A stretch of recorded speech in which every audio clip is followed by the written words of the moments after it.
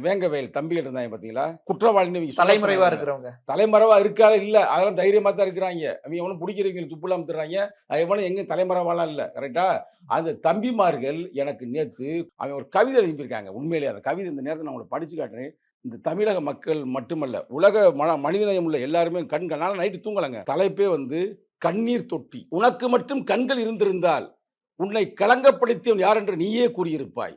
உனக்கு மட்டும் காதுகள் இருந்திருந்தால், குற்றச்சாட்டை ஏற்க முடியாமல் போராட நீயே வந்திருப்பாய். உனக்கு மட்டும் மூக்கு இருந்திருந்தால், தூர்நாற்றம் தாங்க முடியாமல் நீயே கூச்சலிட்டு இருப்பாய். உனக்கு மட்டும் வாய் இருந்திருந்தால், உண்மையை பேசி ஊர்வாயை நீயே அடைத்திருப்பாய்.